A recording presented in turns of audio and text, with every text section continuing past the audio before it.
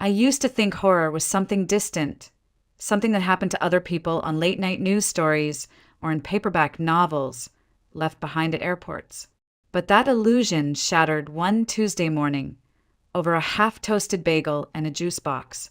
The light in the kitchen was soft, filtering through pale curtains speckled with strawberry jam handprints.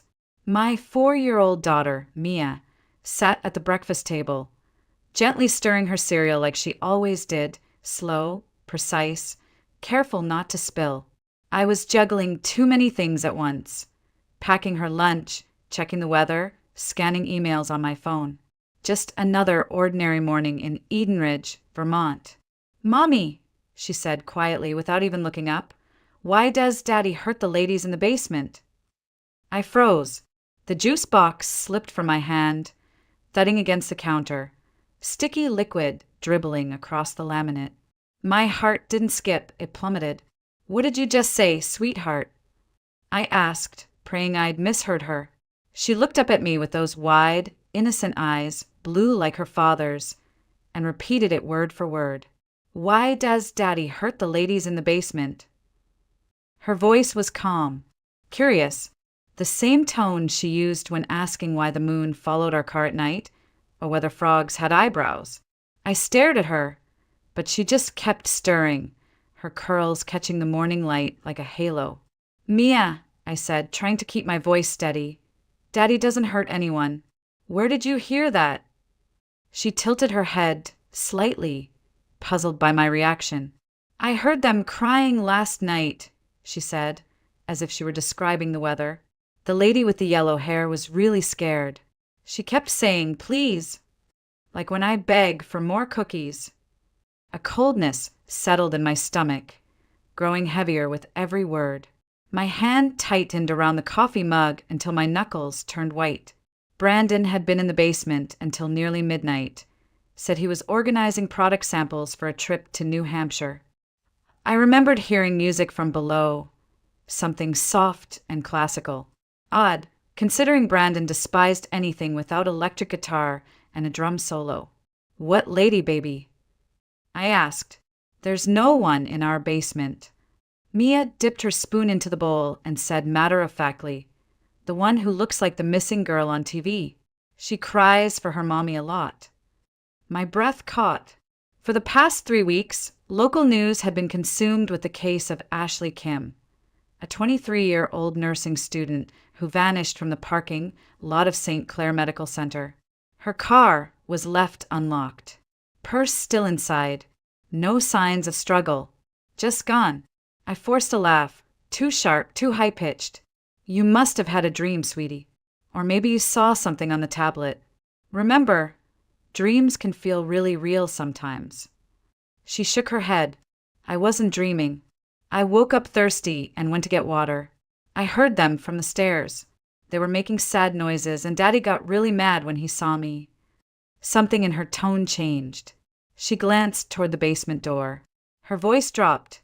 He grabbed my arm really tight and said, "If I tell anyone, something bad will happen to you." The mug slipped from my hand and shattered against the tile. Mia flinched at the sound. I didn't even notice the blood on my palm until she pointed to it. "Mommy, you're bleeding." "I'm okay," I lied, forcing a smile that didn't reach my eyes. "I'm just tired." She nodded, unconvinced. "You look really white." I knelt beside her, brushing her hair back from her forehead, memorizing the curve of her cheek, the warmth of her skin. I didn't know what to say. There were no words for the kind of storm her question had unleashed in me. The rest of the morning moved in a blur. I packed her lunch, helped her into her pink backpack, and walked her to the car. She talked about her class pet, a guinea pig named Buttons, and asked if she could wear her unicorn pajamas that night. Everything in her world was still intact, but mine had cracked open like the shattered mug on the kitchen floor. And I had no idea what might be waiting behind that locked basement door. I dropped Mia off at Sunrise Grove Preschool, like I did every weekday. I smiled at the other moms in the parking lot, nodded politely to MS, Carver at the front desk, and kiss Mia on the forehead before she disappeared into a sea of finger paints and tiny backpacks. I even remembered to wave at her through the classroom window, like always. But inside, I was somewhere else entirely. I don't remember driving home. My hands gripped the wheel, but my mind was stuck in a loop, those words echoing over and over in that tiny voice. The lady with the yellow hair was really scared. He got really mad and said something bad would happen to you. At home, I stood in the middle of the kitchen, staring at the basement door as if it might swing open on its own. The padlock Brandon had installed 2 years ago gleamed like an accusation. At the time, he'd said it was to protect expensive pharmaceutical equipment. Company policy, he'd told me with a charming shrug. Some of this stuff is worth thousands. If we ever got robbed, I'd lose my job. I hadn't questioned it. Not really. Brandon was always careful, always practical. That's what I'd loved about him. His control, his stability. I used to see it as a strength. Now it felt like something else entirely. I thought about what Mia had said, about hearing crying, about the woman asking for her mother, about chains, God, chains and someone not making noise anymore. I'd brushed off so many little things. Like the night I heard something faint under the hum of the dishwasher. A dull thud. A scrape. I told myself it was the house settling. I remembered the way Brandon looked at me the night Ashley Kim's photo flashed across the local news. He hadn't said anything, just turned off the TV a little too quickly. These stories get in your head, he said, handing me a glass of wine. It's all fear-mongering. The media thrives on panic. It wasn't just that. It was the way he always knew where I was, down to the minute. How he discouraged me from going back to work after Mia was born. Said our family didn't need the extra income. That Mia needed me at home. I thought he was being supportive. Now I wondered if he was just cutting off my exits. I picked up my phone, opened the voice memo app, and hit record. My hand was shaking, but my voice stayed steady. I needed a record of what Mia had said. In her own words, I would delete it later if it turned out to be nothing, but I couldn't ignore it anymore. That afternoon, when I picked her up, Mia came running to me like she always did, arms wide open, her backpack bouncing behind her. Her teacher said she'd had a great day. I smiled, thanked her, and held Mia's hand all the way to the car. At home, while she snacked on apple slices and goldfish crackers, I sat across from her at the kitchen table. My throat felt dry. My palms were slick with sweat. But I had to ask. "Sweetheart," I said gently, "can you tell me more about what you heard last night?" Mia took a bite of apple and chewed thoughtfully. The lady with the yellow hair was saying please a lot, and I want to go home. She sounded like how I sound when I wake up from a scary dream. What else did you hear? She sipped her juice box and frowned slightly. There were banging sounds, like someone hitting the walls, and chains making noise. Chains? I asked, heart thudding. Like the ones on my swing set, she said, but bigger, and they were moving around a lot. I stared at her, unable to speak. Then she added, almost casually, there was a lady with dark hair who wasn't making noise anymore. She was just lying there, like when Grandpa was sleeping at his funeral, but her eyes were open. I bolted from the table and ran to the bathroom. I barely made it to the sink before everything came up, the coffee, the bagel, whatever strength I had left. I retched until there was nothing left in me but shaking. When I came back out, Mia was still at the table, humming softly, swinging her little legs under the chair. The world hadn't ended, but something inside me had ruptured. Because deep down I already knew. This wasn't a dream. This wasn't imagination. This was a warning. That night, after Mia had gone to bed, I stood in front of the basement door with the flashlight in one hand and my other hand resting on the cold metal of the padlock. I wasn't sure what I was doing. I didn't have a plan. I didn't even have a key. But I needed something, anything, to tell me this wasn't real.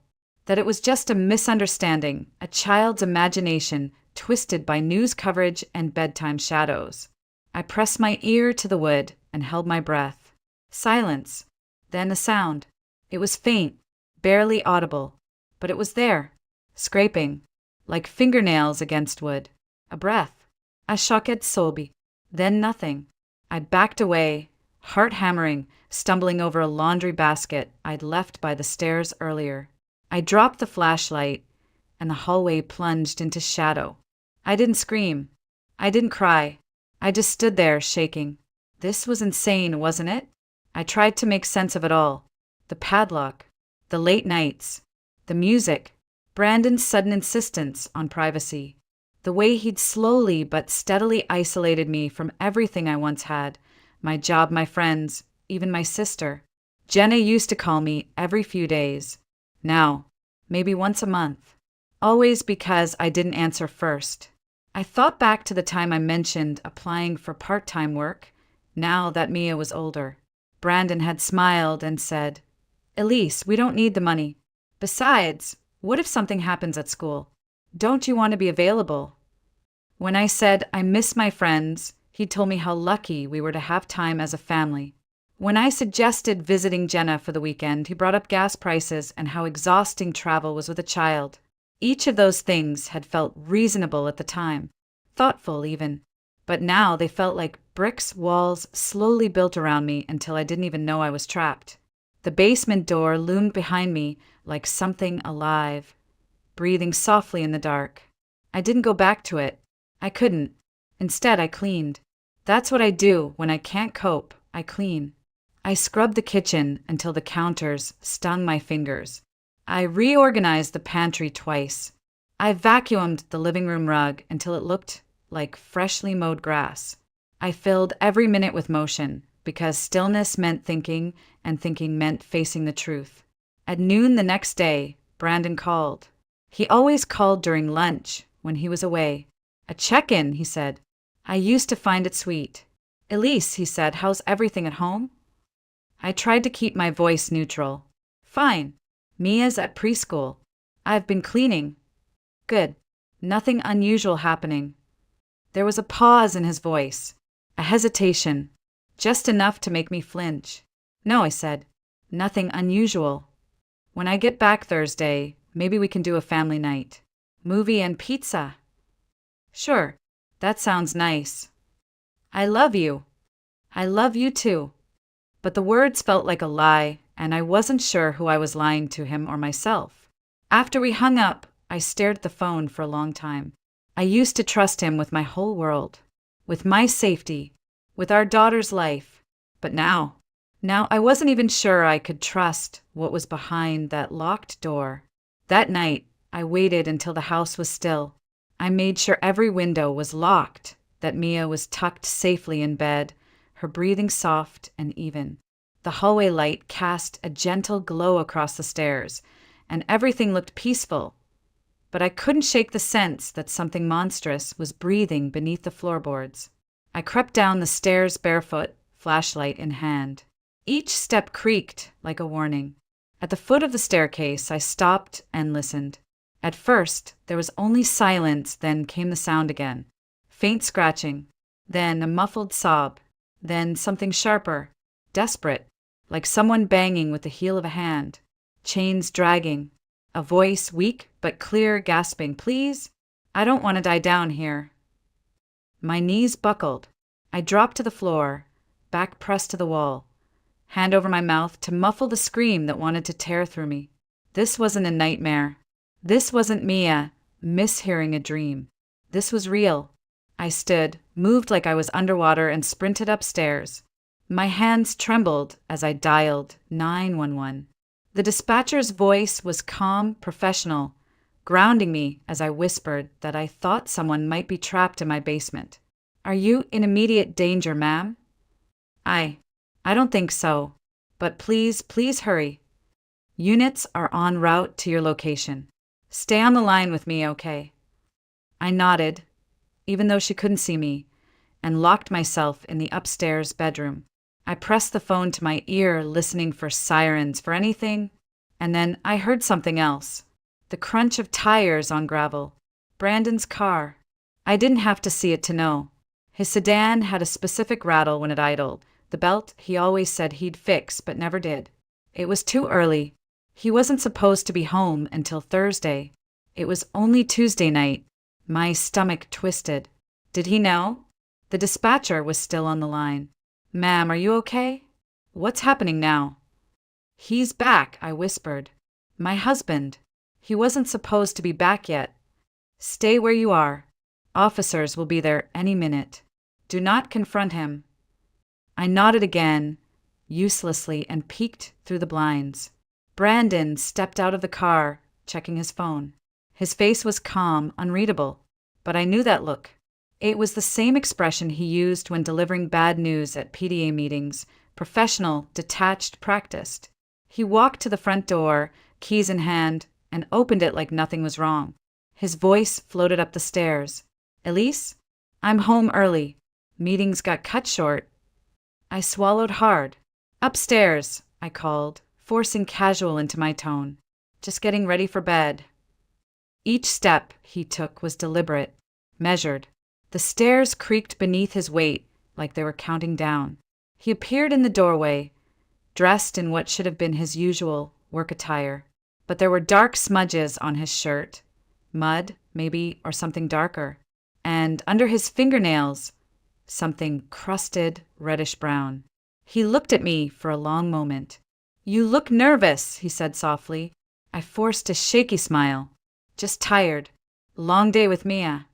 He stepped closer, lowering his voice to a whisper that made my skin crawl. "Have you been in the basement?" My mouth went dry. "Of course not," I lied. "You told me not to." He stared at me, eyes like glass. "Good," he said, and smiled, but it didn't reach his eyes, because in that moment I knew he didn't come home early for me. He came home to stop whatever I was about to uncover. The doorbell rang. Brandon's smile vanished like someone had flipped a switch. In a heartbeat, his face darkened, rage bleeding up from beneath the mask. His fingers clamped around my arm. Tight, cruel. I gasped. "Are you expecting someone?" he hissed, voice sharp and low. Before I could answer, there was a knock. A firm, deliberate knock. "Police," someone called from downstairs. "We received a call about a possible emergency at this residence." Brandon's grip tightened. "What did you do?" "Nothing," I whispered, my voice barely a breath. I didn't say anything." His eyes were wild now, teeth clenched. "If you've ruined this, if you've brought them here, I'll make sure you disappear, just like the others. And I'll take Mia with me. Somewhere you'll never find her." The knock came again, louder this time. "Open the door, sir." Brandon let go of me and straightened his shirt. Just like that, the mask returned, charming, confident, warm. It was terrifying how easily he wore it. "Stay here," he said, the threat still lingering under his smile. "Don't say a word. If you make a sound, I'll kill them, and then I'll kill you." I didn't move. I didn't breathe. I just stood frozen in the hallway as he went downstairs and opened the door. "Evening, officers," he said, voice smooth and practiced. "Is there a problem?" "We received a report that someone may be held in your basement against their will. Do you mind if we take a look?" There was a pause so long I thought he might run. Then he laughed, a polite, baffled sound. "That's unexpected. My wife's been struggling lately. Postpartum issues. Hallucinations, maybe. It's been a difficult few years." "We still need to see the basement, sir." Brandon hesitated. And then, "Of course. No problem at all. This is a misunderstanding, I'm sure." I crept down the stairs just far enough to see him fumbling with the key. His hand was shaking now. Sweat gleamed on his forehead. The padlock clicked open. The door creaked as it swung wide. And then the smell hit them. Even from halfway up the stairs, I smelled it. Thick, rancid, sweet in a way that turned the stomach. Decay, blood, waste, grief. The younger officer gagged. The older one stepped forward, pulling a flashlight from his belt. "Ma'am," he called out, turning toward me as I came into view, "please stay back." But I couldn't look away. I saw the first stretcher come up, then a second. The third didn't move. The woman on the first gurney was barely conscious, IVs in both arms. Pale, thin, eyes fluttering. I knew that face. Everyone in town knew that face. Asle Kimu. She was alive, just barely. The other two weren't. Black body bags. Zippers pulled tight over what used to be lives. Over what used to be daughters. Friends. Humans. Brandon was handcuffed on our front lawn, surrounded by flashing lights and murmuring neighbors. I watched from the window as he screamed. Screamed about insurance policies, about pharmaceutical reps, about privacy and false accusations. But no one believed him. Not anymore. Not with the evidence soaked into the concrete below our feet. Not with death seeping up from the ground like mold we never saw growing. I looked toward the staircase. Mia was still asleep. Somehow, impossibly, she had saved them. The next 72 hours passed in fragments. Crime scene tape surrounded our house like a curse. Yellow streamers tied to the ruins of everything I thought I knew. Officers moved in and out constantly, carrying evidence bags, cameras, reports. I wasn't allowed to re-enter. Not for clothes. Not for photos. Not even to grab Mia's stuffed bunny that she slept with every night. We stayed with my sister, Jenna, who didn't ask many questions at first. Just held me while I shook, while I tried to explain the unexplainable. Mia slept in her guest room, curled into blankets that smelled unfamiliar, but she didn't seem afraid. She painted with her cousins, watched cartoons, ate strawberries. Children have a strange way of compartmentalizing. The FBI got involved almost immediately. Brandon hadn't just been hurting women in our basement. He'd been hunting them. His work as a pharmaceutical sales rep gave him the perfect cover. He traveled across 3 states regularly, visiting hospitals and clinics. He knew staff schedules, knew which parking lots had cameras and which didn't.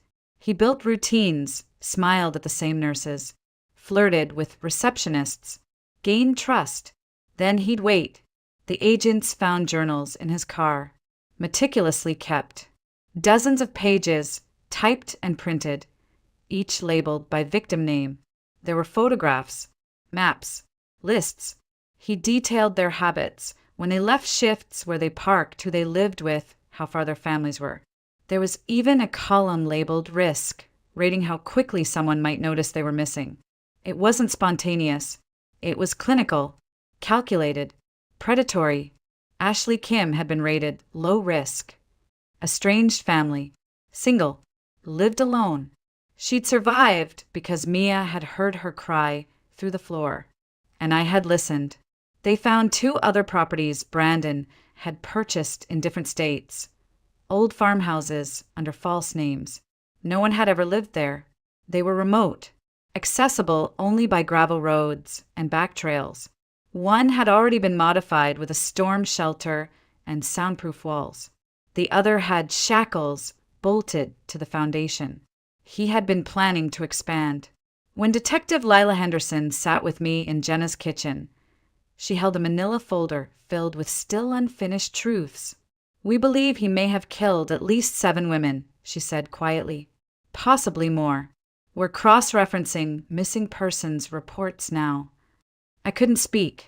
"We also found receipts," she continued, "for tools, restraints, medications, things that can subdue people without leaving obvious trauma." I stared at my hands. "He had awards," I whispered. "He won Salesman of the Year 3 times." She nodded. "Monsters often wear suits. Charm is just another mask." Outside the window, I saw Mia picking dandelions. So small, so unaware of what her voice had saved. Detective Henderson reached across the table, her hand warm against mine. "If you hadn't called when you did," she said, "Ashley wouldn't have made it through the night. And from what we've uncovered, there would have been more. A lot more." I nodded slowly because words didn't work anymore. My vocabulary had been replaced by grief and fury and the hollow ache of betrayal. The man I married had smiled at me across dinner tables, traced circles on my back as I fell asleep, whispered, "I love you" in the dark. He'd also chained women in our basement. I thought I knew what evil looked like. I didn't, until now. The trial began 8 months later. By then, the town had already convicted him in their minds.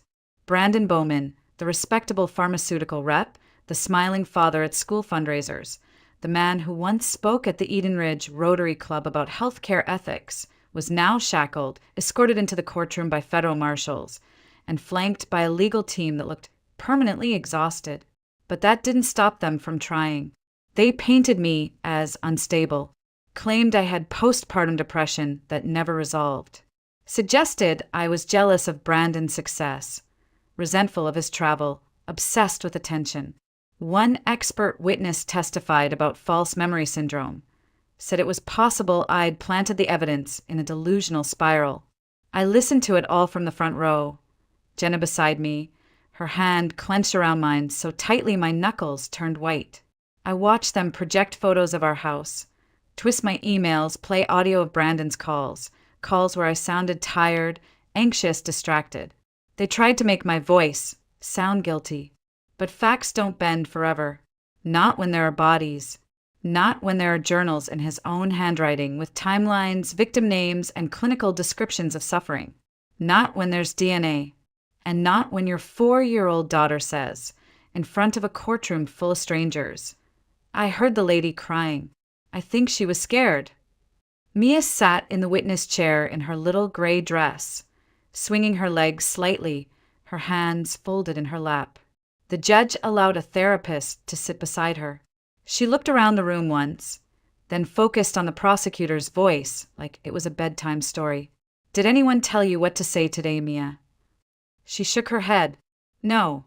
Do you remember what you heard that night?" "Yes. A lady was crying. I went to get water. I stopped because it was sad." "Did you tell your mommy?" She nodded. "I didn't want the lady to stay scared forever." There was silence in the room, so heavy it felt like gravity itself had thickened. And that was it. That was all it took. In that moment, everything Brandon's lawyers tried to build collapsed, like wet cardboard. Even Jennifer Kim's mother, who had testified the day before through sobs and broken pauses, covered her mouth and whispered, "That little girl saved my daughter." The jury deliberated for only 4 hours. Brandon Bowman was sentenced to life in federal prison without the possibility of parole. He never looked at me, not once. But as they led him away, shackled and silent, I thought I saw something flicker across his face. Not rage, not even regret. Fear, because for the first time, the one holding power in the room wasn't him. We moved 3 months after the sentencing. I sold the house for less than half its market value, even after a full renovation and professional crime scene remediation. The realtors tried. They swapped out the listing address, called it a modern colonial with updated utilities and custom basement. But everyone in Eden Ridge knew, you can't scrub memory out of drywall. Eventually, a developer bought the lot and tore it down completely. The new house that went up in its place has white siding and big bay windows. It looks cheerful, almost eager to be loved. But the neighbors still cross the street when they walk past it. I used the money to start fresh. Oregon. Far enough that no one recognized our names. We live in a modest house on a quiet street where wind chimes outnumber porch lights. Mia has a school she loves, a park 3 blocks away, and a bedroom painted the shade of lavender she picked herself. There's no basement, no padlocks.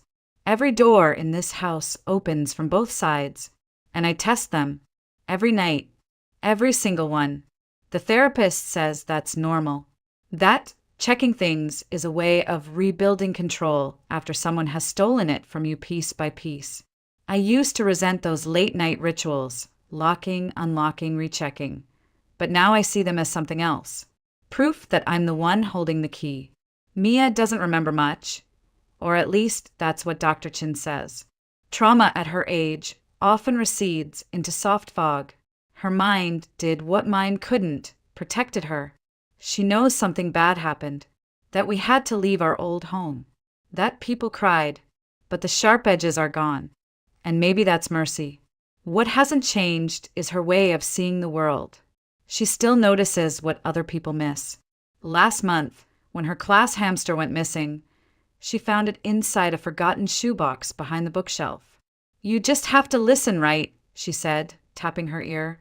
She still hums while she eats. Still lines up her crayons in exact rainbow order. Still asks me to kiss both cheeks before bed. One for now, and one for later, just in case. Sometimes I wonder what would have happened if I hadn't listened.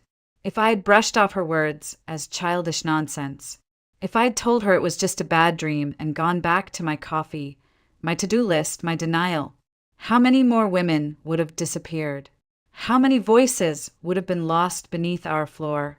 There are nights when I wake up in a cold sweat, the silence too thick, too deep. But then I look across the hallway and see Mia's door slightly open, a sliver of light spilling out. And I remember we made it out. We are still here.